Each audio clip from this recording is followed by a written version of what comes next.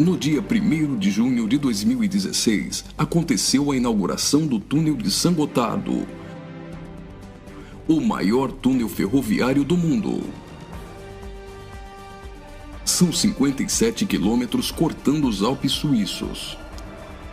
A inauguração foi um evento de grande porte, transmitida por vários canais de televisão de todo o mundo. A cerimônia teve uma apresentação artística, como a das aberturas de Copas do Mundo ou de Olimpíadas. A encenação, intitulada Sacre do Gotardo, foi carregada de elementos do ocultismo, além de trazer mensagens de uma nova ordem mundial. Muitas autoridades e a Nata Econômica Europeia participaram dessa solenidade.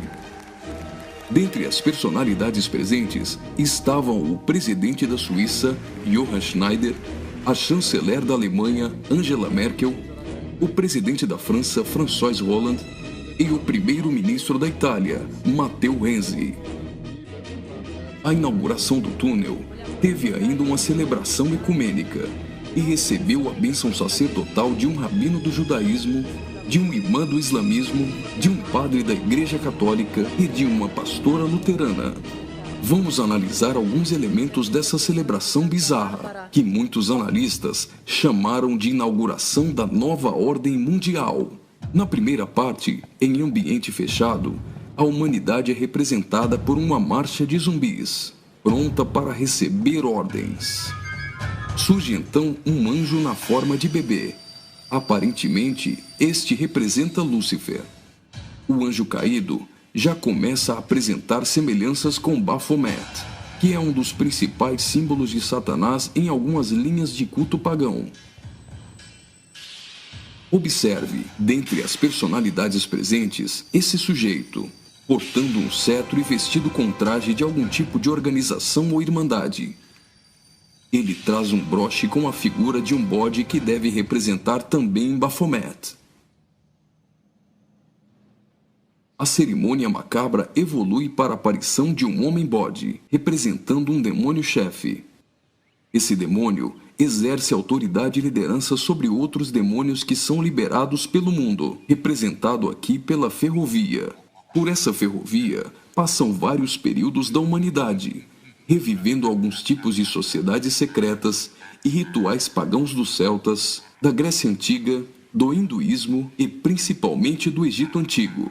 Observe ao fundo a figura do Sol, representando um dos principais objetos de adoração das culturas antigas. Sob a ordem do chefe, os demônios se lançam para cumprir sua missão na Terra. Aqui, vemos a representação de antigas sacerdotisas e místicos adoradores, todos sendo conduzidos pelo homem-bode.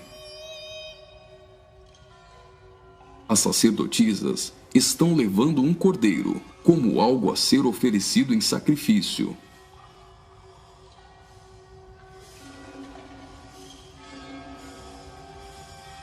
Observe a semelhança dessas sacerdotisas de branco com as adoradoras de Ísis.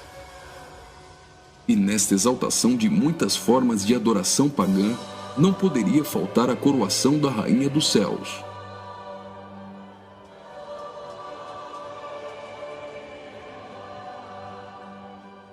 A cerimônia prossegue, agora em um ambiente externo. A parte interna exaltou a adoração pagã histórica. Na parte externa, o evento se torna uma cerimônia satânica regida pelo homem-bode. Os zumbis representam a humanidade manipulada, caminhando rumo a um futuro incerto. Os atores correm atrás de uma conquista. O túnel inaugurado literalmente furou 57 quilômetros de rochas nos Alpes suíços. Aparentemente, aqui a humanidade está tentando vencer a rocha, que pode representar Jesus.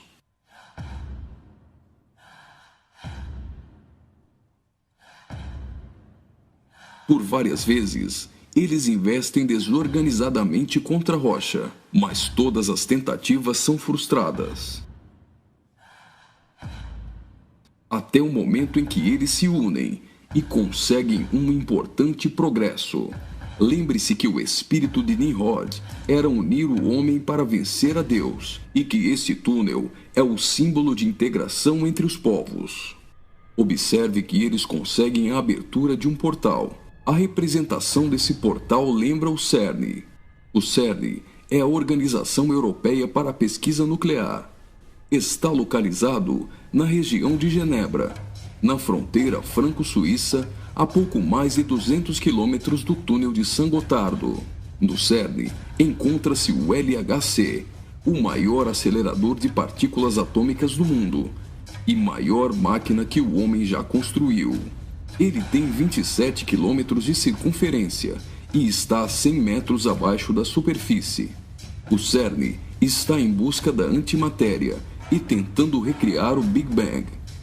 Mas o CERN também tem um propósito esotérico ocultista nem tanto oculto. Segundo a própria comunidade científica, o CERN pretende acessar outras dimensões e se conectar com forças desconhecidas.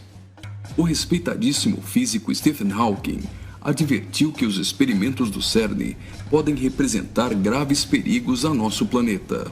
No prefácio de seu livro, Stardust, Hawking afirmou que o acelerador de partículas poderia causar uma decadência catastrófica do vácuo, o que levaria o tempo e o espaço a entrarem em um colapso. Isso poderia destruir não somente o planeta Terra, mas também o sistema solar e todo o universo. Você já deve ter ouvido falar da partícula de Deus, ou bóson de Higgs. Até o Papa implorou a comunidade científica a suspender as operações do LHC, advertindo que eles poderiam abrir os portões do inferno. Observe também que a logo do CERN é a junção de 3 números 6, 666. As cenas seguintes mostram uma sociedade em transformação. Do portal que foi aberto, procede a direção para a humanidade. Veja que uma nova sociedade vai surgindo. O espírito da rebeldia e da sensualidade marcam as pessoas. A decadência da humanidade é representada tanto na forma de uma queda literal, como através da sensualidade.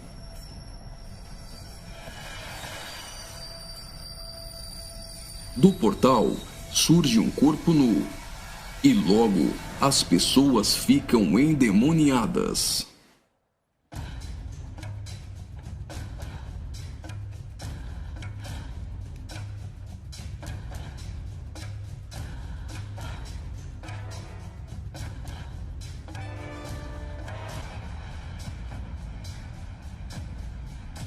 Veja a representação de que existe algo dentro deles.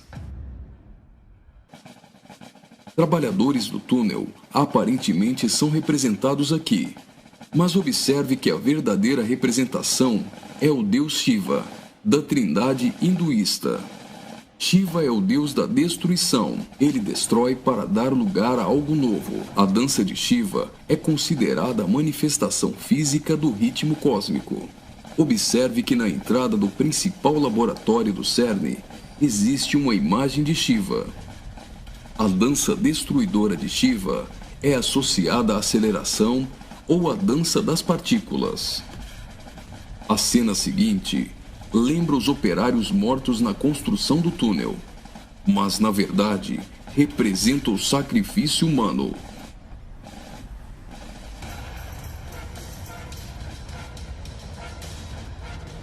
Veja que os corpos são lançados para dentro do abismo.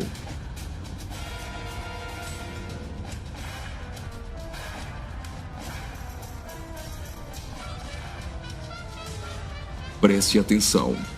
Do fundo do abismo, as mãos vêm receber o sacrifício.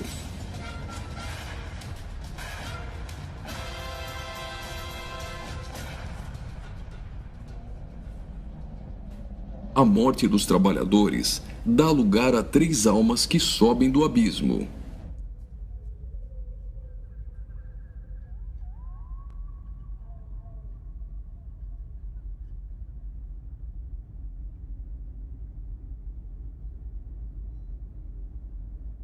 Surge então um enorme olho que tudo vê, ou o Olho de Horus, um importante símbolo usado pelos Illuminati.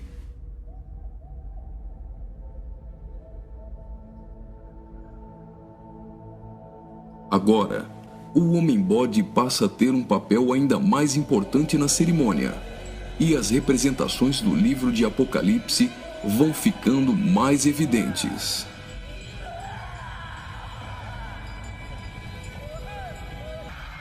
Veja como os demônios se parecem muito com o orixá Omolu. Do portal surge uma figura de um homem, misturada com a de um bode e 3 escaravelhos egípcios. O escaravelho simboliza o deus Khepri, o deus do sol nascente. Homem e bode se fundem, representando a encarnação de Satanás e o surgimento do Anticristo. Ele não será um homem normal. Sua autoridade e poder provém do próprio Satanás. Uma personagem, aparentemente representando a deusa Ísis, surge para ungir o Homem-Bode, que é a própria besta. Como a cerimônia de coroação de um rei, a besta é ungida governante sobre todo mundo. Observe novamente que os demônios lembram muito o orixá Omolu. Após receber o manto do espírito feminino de Ísis, a besta manifesta atitudes homossexuais. Ungido governante do mundo, a besta demonstra sua fúria contra todos e agita seus demônios.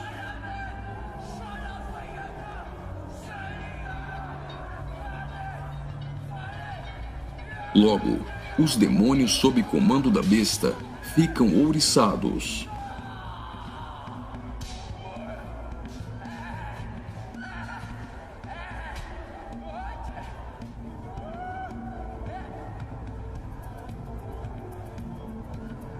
Assim como está escrito em Apocalipse, a besta passa a ser adorada pelos homens e pelos demônios.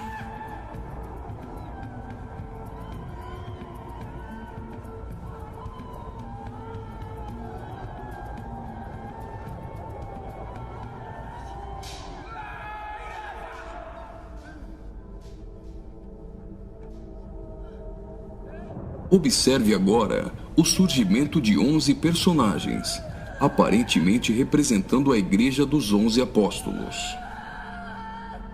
A besta terá autoridade para perseguir a Igreja e para matar os que não lhe adorarem.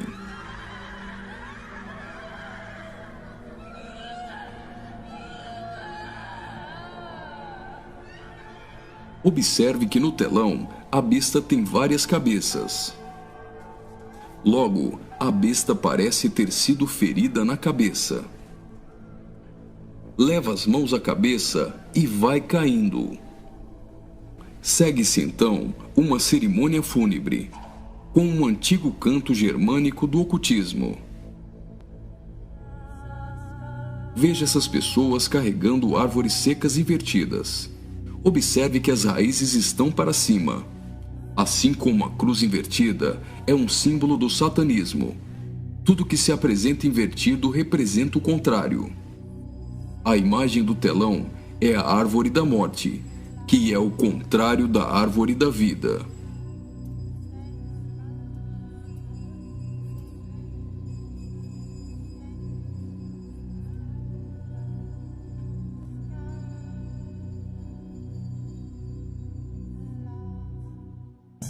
A tecnologia é mostrada como um instrumento para manipular o homem. O avanço da ciência nos últimos dias foi profetizado por Daniel. Observe agora a semelhança da imagem no telão com a Pokébola do game Pokémon GO.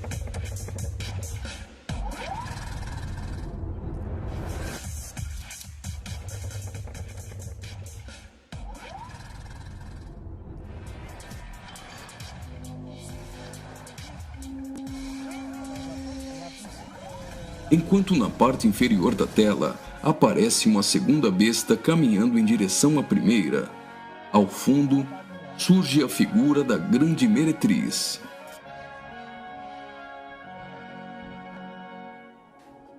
Observe que a segunda besta ressuscita a primeira.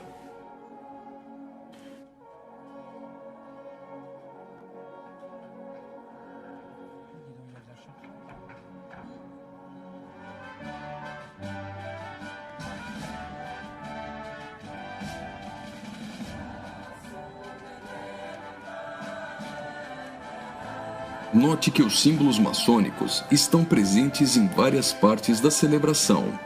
Aqui, temos o olho de Horus e o compasso com um esquadro. Os 3 personagens de cabeças grandes aparentemente representam as nações da Terra, os reis da Terra e os mercadores da Terra que foram embriagados e se prostituíram com uma grande meretriz.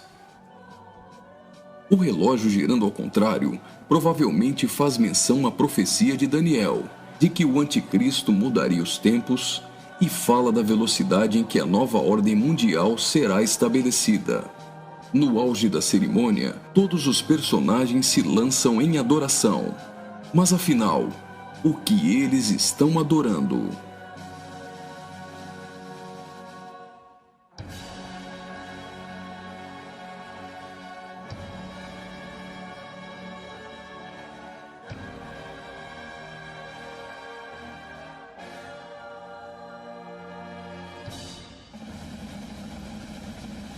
Então, o trem sai do túnel.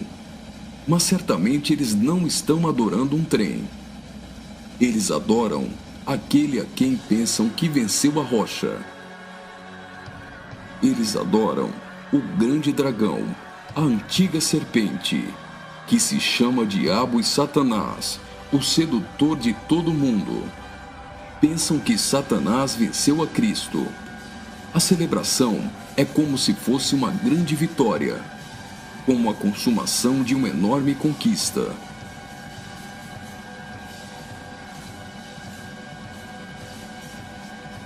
Observe mais uma vez no telão. Por algum acaso, trens voam? O que isso significa?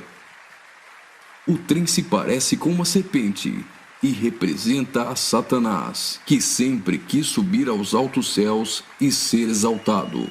É justamente isso que eles estão profetizando nesse ato profético. Faria muito sentido se isso fosse um encontro de bruxos e satanistas, mas numa inauguração de uma grande obra pública, com a participação dos principais signatários da Europa, realmente não faz sentido algum. Só que eles se esqueceram de ler todo o livro de Apocalipse. E vi a besta e os reis da terra com seus exércitos, congregados para pelejarem contra aquele que estava montado num cavalo e contra seu exército. Mas a besta foi aprisionada, e com ela o falso profeta, que com sinais feitos diante dela, seduziu aqueles que receberam a marca da besta, e eram os adoradores de sua imagem. Os 2 foram lançados vivos dentro do lago de fogo que arde com enxofre.